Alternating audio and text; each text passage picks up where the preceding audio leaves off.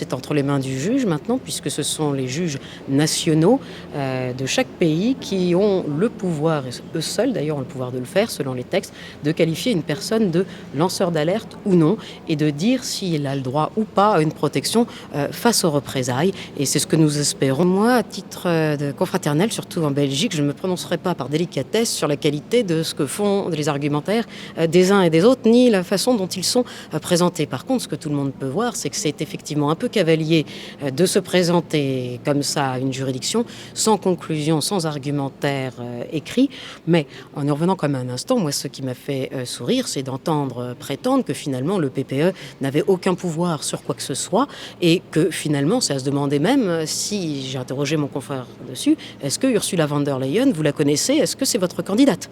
Puisqu'a priori, vous nous expliquez que vous n'avez aucun pouvoir de quoi que ce soit et que le PPE n'y est pour rien.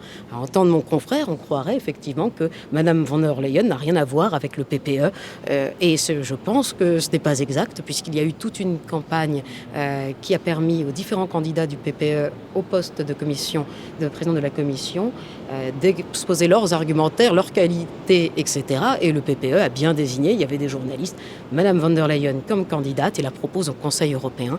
Et j'espère donc que la demande de mon client, qui consiste à interdire cette candidature, qui est porteuse de représailles à son encontre dans le cadre de la procédure pénale qu'il mène, sera entendue par la Cour d'appel de Bruxelles. Par définition, une décision de justice, elle s'impose entre les parties. Donc si la juge impose au PPE de retirer sous astreinte la candidature de Mme von der Leyen, il doit le faire. Or, les décisions de justice, elles sont aussi opposables, ce qu'on appelle erga omnes, que j'ai dit à la Cour, c'est-à-dire opposable à tous. Donc, à partir du moment où elle existe, le Conseil européen et les chefs d'État doivent tenir compte de la décision si éventuellement elle demande le retrait au PPE de la candidature de Mme von der Leyen, à moins que les chefs d'État et le Conseil européen, et d'ailleurs pourquoi pas les députés arrivés là, se moquent de la justice belge. C'est quoi la prochaine étape alors qu'on peut attendre ici de la justice? Ah bien écoutez, le délibéré c'est jeudi dans la journée, donc c'est ce qui a été annoncé, donc c'est en urgence. Et maintenant... C'est un document qui arrive ou bien c'est une convocation ici aussi? Non, c'est le délibéré, c'est la décision. D'accord. Donc tout le monde, d'ailleurs, elle sera publique, tout le monde peut en prendre connaissance au greffe de la Cour d'appel de Bruxelles. Elle sera rendue dans la journée de jeudi. Séance, quoi. Non, il n'y aura pas de séance de prononcé.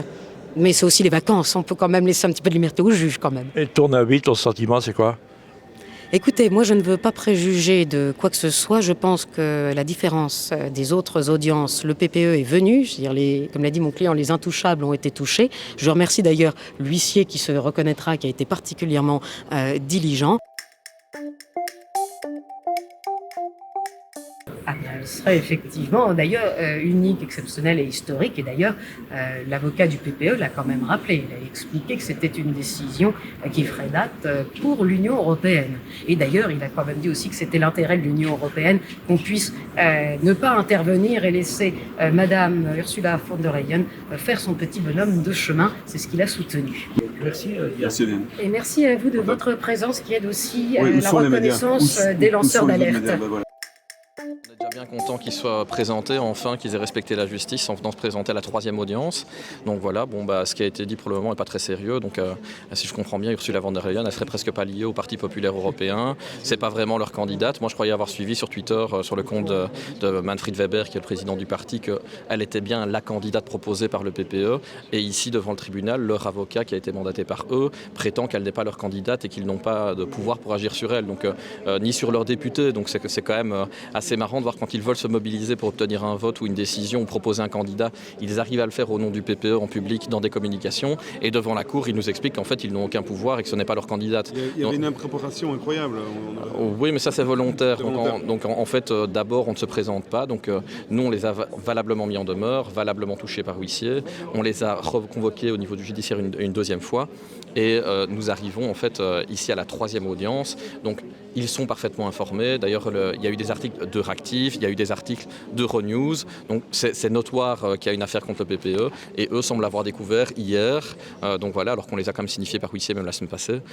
Et je crois qu'il y a beaucoup de gens qui y étaient. Donc voilà, c'est vraiment faire l'idiot et c'est avoir été au bout des manœuvres dilatoires le plus possible. Donc voilà, moi, Quel est ton sentiment, toi, maintenant? Tu étais habité par quoi? Moi, ce qui m'étonne toujours aujourd'hui, c'est que si je les entends dans leur ligne de défense, la directive lanceur d'alerte n'existe pas. Donc c'est assez simple, cette directive, c'est une directive qui s'appelle la directive qui protège les citoyens qui dénoncent des atteintes aux droits de l'Union. La protection, c'est l'inversion de la charge de la preuve. Donc c'est pas à moi de prouver que je suis victime de représailles. D'ailleurs, je crois qu'il comprenait mal tout à l'heure. Ce que je disais, c'est que c'est pas une inscription comme lobbyiste. J'étais lobbyiste inscrit. En fait, j'ai été suspendu et radié. Donc c'est une représaille, évidemment. Donc, pendant 6 ans, vous étiez... Exactement. Donc ce sont les mêmes données qui ont été... D'ailleurs, elles ne peuvent être insérées dans le registre de transparence qu'à condition d'être conformes.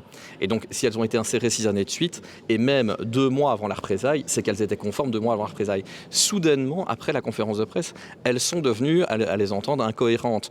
Et d'ailleurs, ils n'arrivent pas à vraiment établir les critères qui feraient qu'elles seraient incompétentes. D'ailleurs, je tiens à préciser que, si j'ai bien compris, le confrère qui représente le PPE, dans le confrère de mes avocats, il serait d'un cabinet qui est inscrit dans le registre de transparence comme lobby. Et si j'analyse sa déclaration à lui, moi j'y pointe des incohérences au niveau, par exemple, des montants déclarés pour ses clients ou le fait que ses clients symétriquement ne le déclarent pas. Donc je me demande pourquoi le secrétariat du registre de transparence ne radie pas sur le champ l'avocat de la partie adverse qui lui exerce comme lobbyiste. Moi j'aimerais bien savoir, c'est quand même un point qui est quand même assez intéressant. Qu'est-ce que tu espères de ce qui va tomber jeudi? Donc courageusement, elle va donner un avis, cette juge? En fait c'est simple, c'est qu'on applique la directive lanceur d'alerte et qu'on prenne les mesures qui sont utiles pour obliger le PPE à respecter d'abord ses statuts en matière d'éthique, parce que là c'est vraiment une violation ouverte. Si je comprends bien, le PPE n'a pas à respecter ses statuts selon eux et n'est pas en lien avec Ursula von der Leyen, donc c'est presque comique. J'aimerais bien voir, je crois que si la juge la condamne à payer 1 million d'euros par jour d'astreinte, je pense que le jugement va devenir soudainement opérant. Ça sera quelque chose d'intéressant à voir. À mon avis, l'astreinte va faire que le PPE va trouver une façon d'influencer sa candidate et imposer à sa candidate de se retirer. D'ailleurs, c'est assez amusant parce que tout à l'heure, on nous a expliqué qu'en 2019, c'était pas le candidat du PPE qui avait été repris, c'était Ursula qui avait été reprise. Et bon, j'ai du mal à croire qu'elle n'était pas la candidate du PPE à cette époque-là.